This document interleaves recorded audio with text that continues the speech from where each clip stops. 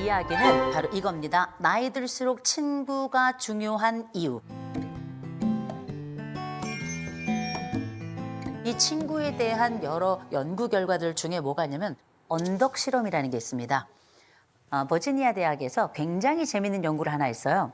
이거 백팩에다가 아주 무거운 짐을 지게 하고 한 그룹은 언덕 앞에 혼자 서게 하고 다른 한 그룹은 친구들과 함께 서게 했어요. 그랬더니 친구들과 함께 섰던 그룹이 이 짐이 더 가볍다고 느끼고 이 길이 더 가깝다고 느꼈어요.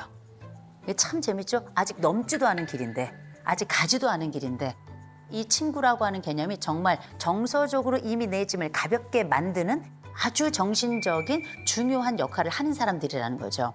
중요하지, 친구. 친구 얘기하면 벌써 둘 중에 하나예요. 눈이 반짝 뜨이거나 아니면 절로 한숨이 나오거나. 그래서 제가 먼저 여러분들께 먼저 여쭤보겠습니다. 두 분이 생각하는 친구의 기준이랄까? 혹시 그런 게 있을까요? 정말 살다 보니까 그렇지 않아요? 슬픈 어때요? 일은 같이 슬퍼해주기 너무 쉬운데 쉬운 것보다는 함께 슬퍼해주는데 근데 좋은 일 있을 때 진정으로 진짜 좋아하는 친구가 몇 명이 될까? 그러니까 뭔가 있잖아요. 약간 축하해 하는데 표정이 약간 그래 이런 거 있잖아요. 그게 느껴질 때 있어, 시기 질투가 시기 깔려 있는 질투가, 느낌. 나쁜 얘기하면 어머 어떡해 슬퍼해주고 막 같이 울어주니까 전 진정한 친구인 줄 알았어요. 근데 좋은 일 있을 때는 깎아내리고 너 옛날 생각해봐 막 이런 것들. 그래서 정말 진정으로 축하해주는 친구가 정말 기쁠 때나 진정한 친구 아닐까 생각이 들어요. 전 그런 기준으로 보고 있습니다. 그거 맞는 말인 것 같아요. 어때요? 저는 이제 진정한 친구의 기준은 제가 진짜 속상할 때 제가 진짜 자존심 상하는 말이 있을 수 있잖아요. 막 그런 말조차도 그냥 좀 이렇게 터놓을 수 있는 게 진짜 친구가 아닐까. 그리고 마지막에 그 말을 붙이죠. 너만 알고 있어. 중요한 거야. 너만 알고 있어. 아마 각자가 생각하는 친구는 이런 거야라는 나름의 정의가 있을 거예요. 그런데 우리가 최근에 이런 얘기들을 SNS를 통해서 하든지 강연 현장에서 하든지 아니면 유튜브를 통해서 하든지 이런 공개 강연을 하잖아요. 그러면 댓글이 붙어요. 친구고 나발이고 혼자가 편하다. 이게 가장 첫 번째 댓글입니다. 저는 그래서 이런 말씀을 드립니다. 살아가면서 어떠한 것이 나에게 중요한 것인지 얘기를 할 때 저는 이 관계력이 되게 중요하다고 생각하는데 생각해보면 요즘은 너나 할 것 없이 다 외롭다 말하잖아요. 우리나라 10명 있으면 그중에 4명이 외롭다 말합니다. 그런데 이런 외로움이 단순한 문제가 아니고요. 실제 우리가 외로움을 경험했을 때 우리 몸이 미치는 영향, 하루에 담배 15개 피 정도를 핀 정도의 효과를 낸다. 그만큼 악영향이라는 건데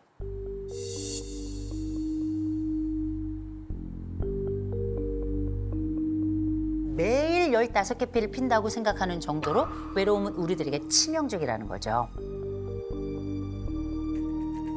근데 이게 나이가 들면 들수록 내 외로움을 느끼는 지수는 더 높아집니다. 30대에는 한 30%가 외롭다고 느끼지만 벌써 60대가 넘어가면 42%가 넘어가요. 나이가 들수록 외로움을 더 크게 느끼는 게 사실이라서 진짜? 나이 들수록 이 깐부가 중요해진다.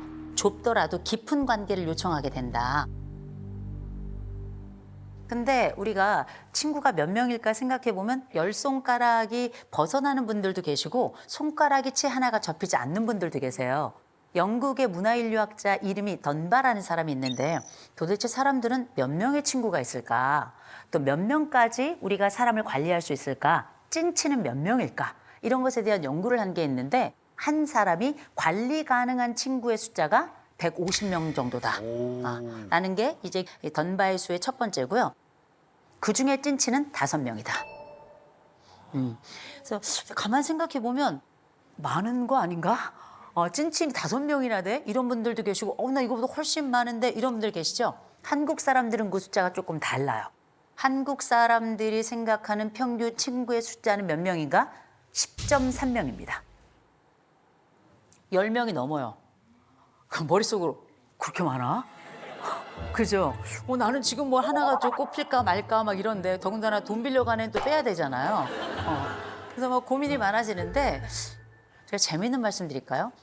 우리가 흔히 사회적 관계가 가장 확장되는 시기가 보통 30대라고 이야기하는데 실제 30대에는 7.3명이에요. 평균 7.3명. 그래서 우리가 알고 있는 평균보다 줄어들죠. 왜냐? 우리 이때 일도 해야 돼. 결혼해가지고 또 배우자도 있어. 거기다 또 애도 키워야 돼. 뭐 정신없이 바빠요. 그래서 오히려 이때는 친구의 숫자가 이때 감소하는 시기입니다. 재밌는 거 70대가 되면 평균 14.7명이 돼요. 확 늘어납니다. 이게 갑자기. 너무 재밌죠. 이 얘기를 통해서 우리가 알게 된 건 뭡니까? 아, 늙기만 기다려라. 우리는 늙는 순간 이때 친구 풍년인 시기가 다가온다. 저는 이거 들은 얘기인데요. 영월에 있는 90대 한 어르신이 매일 하시는 일이 있어요. 그 매일 하시는 일이 뭐냐면 산 2개를 걸어서 가서 그곳에 있는 친구를 만나고 오는 게 이분의 매일의 루틴이에요. 가는 데만 기본 2시간 반이 걸려요. 왜냐 걸음이 느리시니까. 그렇잖아요? 그래서 만나서 뭐 하시냐 그랬더니 아무것도 안 하셔. 그냥 앉아 있다 온대요. 그냥 생사 확인이에요.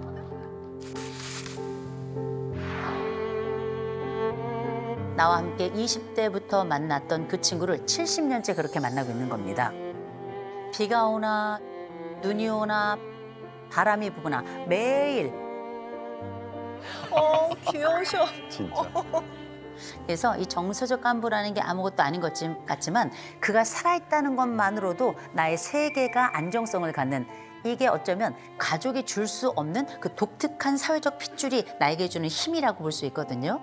그래서 어쩌면 나이가 더 들어서는 나의 생존이 그의 생존하고 직결되는, 내 친구 관리를 잘해주면 내 수명도 늘어난다는 거 이제 말씀드리고요. 근데 생각해 보세요. 인생에서 만나는 최악의 친구들 유형도 있어요. 굳이 또 나쁜 친구라고 말하기보다는 나에게는 정말 별로인 친구들. 이를테면 우리가 제일 많이 느끼는 거, 나를 이용하는 애들 있죠. 예, 없으셨어요, 선생님은? 선생님 왜 없겠어? 그래, 우리 생도 약간 뒤통수 맞는 스타일이야, 순수해서. 왜 없겠습니까? 제 주변에 많이 있는데 그중에서도 저한테 딱 1년에 한 번 전화하는 친구가 있어요. 딱 1년에 한 번 전화해서 꼭 돈 빌려달라는 친구가 있어요. 진짜 별로다. 돈 빌릴 수 있어요. 빌릴 수 있는데 그러면 우리가 늘 항구적으로 괜찮은 관계라는 걸 서로 연락을 통해서 확인을 해야 되잖아요. 그런 거 전혀 없이 1년에 한 번 딱 전화해서 그다음에 돈을 빌려달라고 하잖아요. 이게 한 3번 정도 반복이 되니까 돈을 갚고 안 갚고의 문제도 있지만 이 친구가 나를 뭘로 보는지, 배 갈린 돼지 저금통으로 보는 건 아닌지 약간 이런 느낌이 좀 들더라고요. 그래서 그 뒤로는 연락은 하지만 저는 돈은 이제 더 이상은 빌려주지 않아요.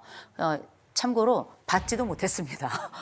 받지도 못했는데 제가 너무 놀란 게 그 친구 애가 이제 결혼을 했어요. 결혼을 하는데 호텔에서 결혼을 하더라고요. 호텔 결혼이 얼마인지 아시죠?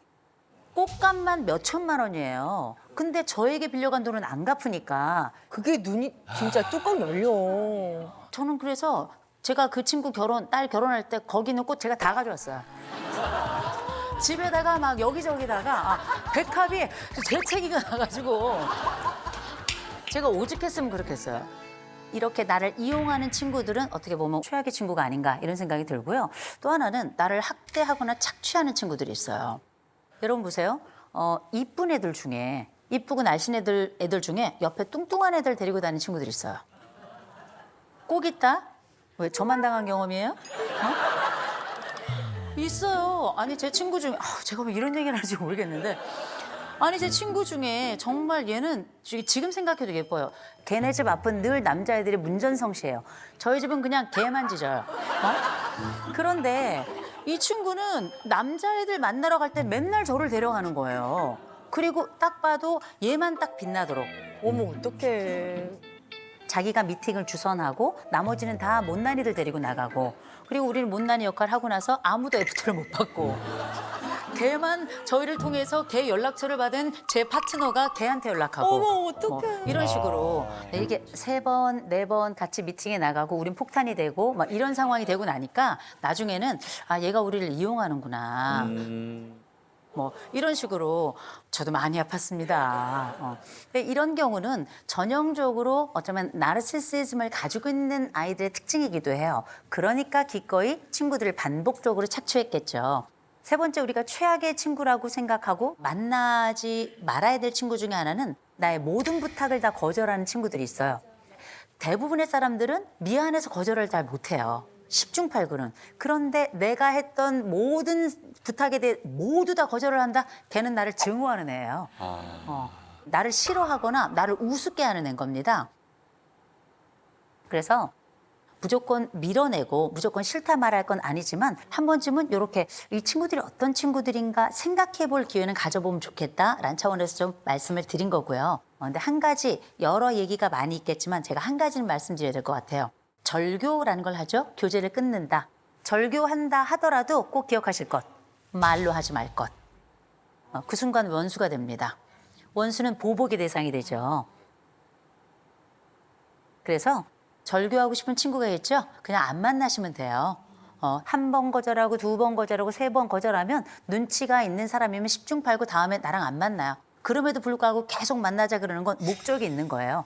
뭐 돈을 빌릴 일이 있다든지 다른 목적성이 있는 거지 여러 번 거절하면 저절로 그 관계는 정리가 되는 거니까 굳이 내 입을 열어서 절교란 말은 안 하는 게 낫겠다라고 감히 말씀을 드립니다. 대신 우리가 인생에서 아무리 친하다 하더라도 하지 말아야 될 것도 있잖아요. 저는 하지 말아야 될 것들 중에 많이 있지만 제일 먼저 부정 유머는 쓰지 않도록 저는 꼭 권해드립니다. 부정 유머라는 게 뭐냐면 다른 친구, 이를테면 제가 영란 씨에게 제 친구를 소개해요. 영란 씨 제 친구예요. 얘가 제 친구들 중에 제일 못생기고 제일 뚱뚱한 애야. 유머야. 유머인데. 유머인데 별로야. 그럼 별로지. 만날 때마다 계속 이 친구를 놀잇감으로 삼는 거. 이건 좀 이제 별로 좋지 않은 거죠. 두 번째는 앞담화 뒷담화 안 돼요. 앞담화도 안 됩니다. 앞에서 내가 너 솔직히 말하니까 내가 너에게 얘기 말하는 거야. 근데 친구라도 마음 상해요. 그래서 웬만하면 앞담화도 하지 마시고요. 뒷담화는 당연히 안 됩니다. 그리고 또 한 가지, 우리 정말 친한 친구들 오래 유지하고 싶으면 비밀 얘기하지 마세요. 그래. 그래. 그러니까 나 너만 알고 있어야 돼? 근데 다음날 영철이가 알면 너야? 그렇죠? 이 세상에 비밀은 없어요. 왜? 그 친구가 자기 배우자에게만 얘기해. 근데 그 배우자한테 한 얘기를 그 아내는 또 다른 아주 절친 영혼의 친구에게 이야기해. 그럼 어떻게? 이제 우리는 5,300만이 다 아는 거야.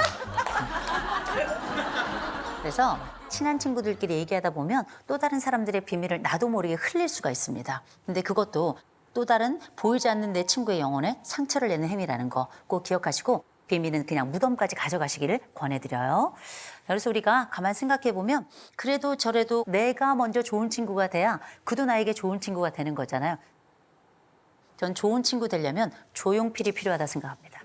조용필 씨가 왜 우리에게 좋은 친구가 되기 위한 좋은 조건인가? 얼마 전에 우리가 사랑하던 배우 안성기 씨가 돌아갔습니다. 두 분은 굉장히 오랫동안 친구였다고 알려져 있는데 조용필 씨가 조문을 하러 갔을 때 기자들이 인터뷰를 했을 때 뭐 내 친구는 이런 친구였고 저런 친구였고 이렇게 말하지 않고요. 정말 짧게 그 친구에 대한 사랑을 얘기하더라고요. 성기야 곧 만나자. 정말 좀 가슴이 너무나 뭉클했습니다. 우리가 조용필이라는 분을 통해서 친구의 개념을 확인할 수 있습니다.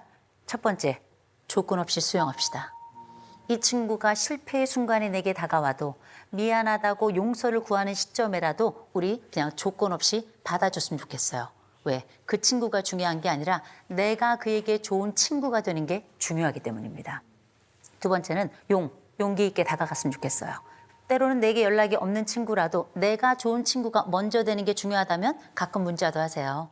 가끔 어색하지만 전화도 한 번씩 하세요. 세 번째, 필연처럼 아껴주셨으면 좋겠어요. 예쁘다 말해주시고 네가 있어서 난 맨날 감격이야. 네가 있어서 난 너무너무 좋아. 네가 내 친구에 너무 자랑스러워.